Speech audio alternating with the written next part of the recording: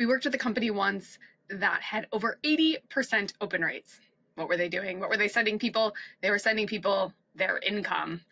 No, we're not going to see my income today. This too personal. We're close. We're not that close. But we are going to look at how Intuit Payroll onboards people, because there is the number one intervention that I would like to do in my lifetime, in my career, hidden within the onboarding to payroll. So here we go.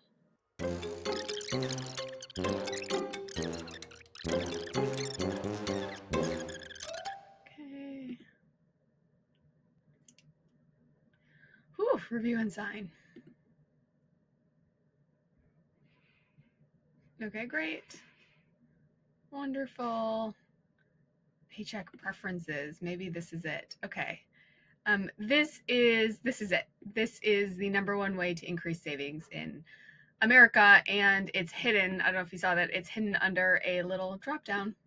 So basically, when we think about the number one thing that drives human behavior, it's making things easy. If you make it easy, more people will do it in most cases, not always. And that is really what happened to America's retirement savings.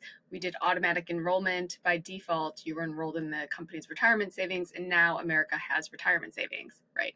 So that's for long-term savings. The question today is short-term savings. So right now, the default that all these payroll providers have is to send all of my income into one checking account. One checking account. So now if you were to take the retirement logic, the thing that got us retirement savings in America, and apply it to short-term savings, you would say, in no world would you want all the money to go into my checking account. You would want some portion of that money to go into a savings account. Now, it could be a little, but it also could be 5% or 10%. And now all of a sudden this, most people in America don't have $400 in their bank account, which, is a very sad understanding of net wealth in the US could be helped because you have a little bit of money being put aside each time you get paid. So we will click on this to figure out. Okay, so it takes 2 clicks. Now we've had 1 click from the drop down. We've had now 1 click to edit. Deposit to 1 account. Okay, great. We can deposit to 2 accounts. Amazing.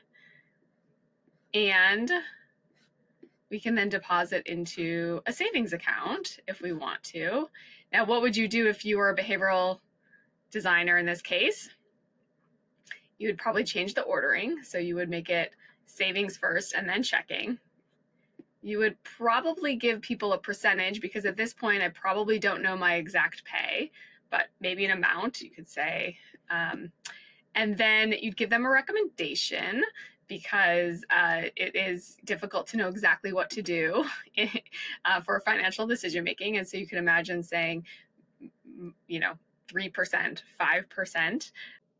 Okay, so we're back here, and one insight that is quite clear after you've done this is that the QuickBooks team thoughtfully said, look, we can deposit to 2 accounts. Note that it's still hidden under a dropdown. If you don't click, you don't know. But they also missed what the mental model is for why somebody would do that. So the first account someone would add is likely their checking, since the majority of funds pass through here. And the second account would be savings. Now, if you're a behavioral scientist, again, you'd flip those. Savings could be first. You'd ask what % you want to save, and then the rest goes to checking. The reality is most people have their checking account here. And so when they're asking me what amount or percentage you want to save from your checking, the mental model doesn't really ring true, right? Because I can't put in here, if it 2%, then the rest goes to savings. No, the mental model for how we think about short-term savings or directing any money to a different account like this would be the second account gets the small number, right? 3% goes to my savings, 5% goes to my savings. And so, the functionality, the tech is here for this, which is really hopeful. It's really hopeful that you can direct deposit to 2 accounts.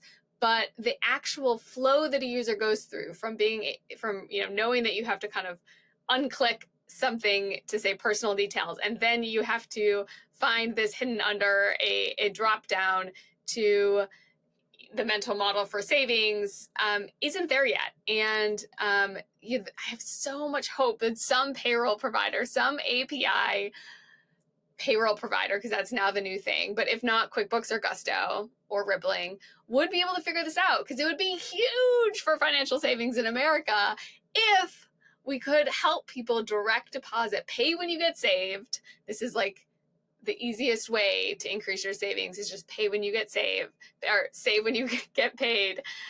Could figure it out. So we're gonna review and sign here. We're gonna finish it up. Paycheck preferences. So we just did that. Great. Tax withholdings. We just did that. Okay, next. Sign my W-4. You guys are seeing me do this. Here we go. Sign and send.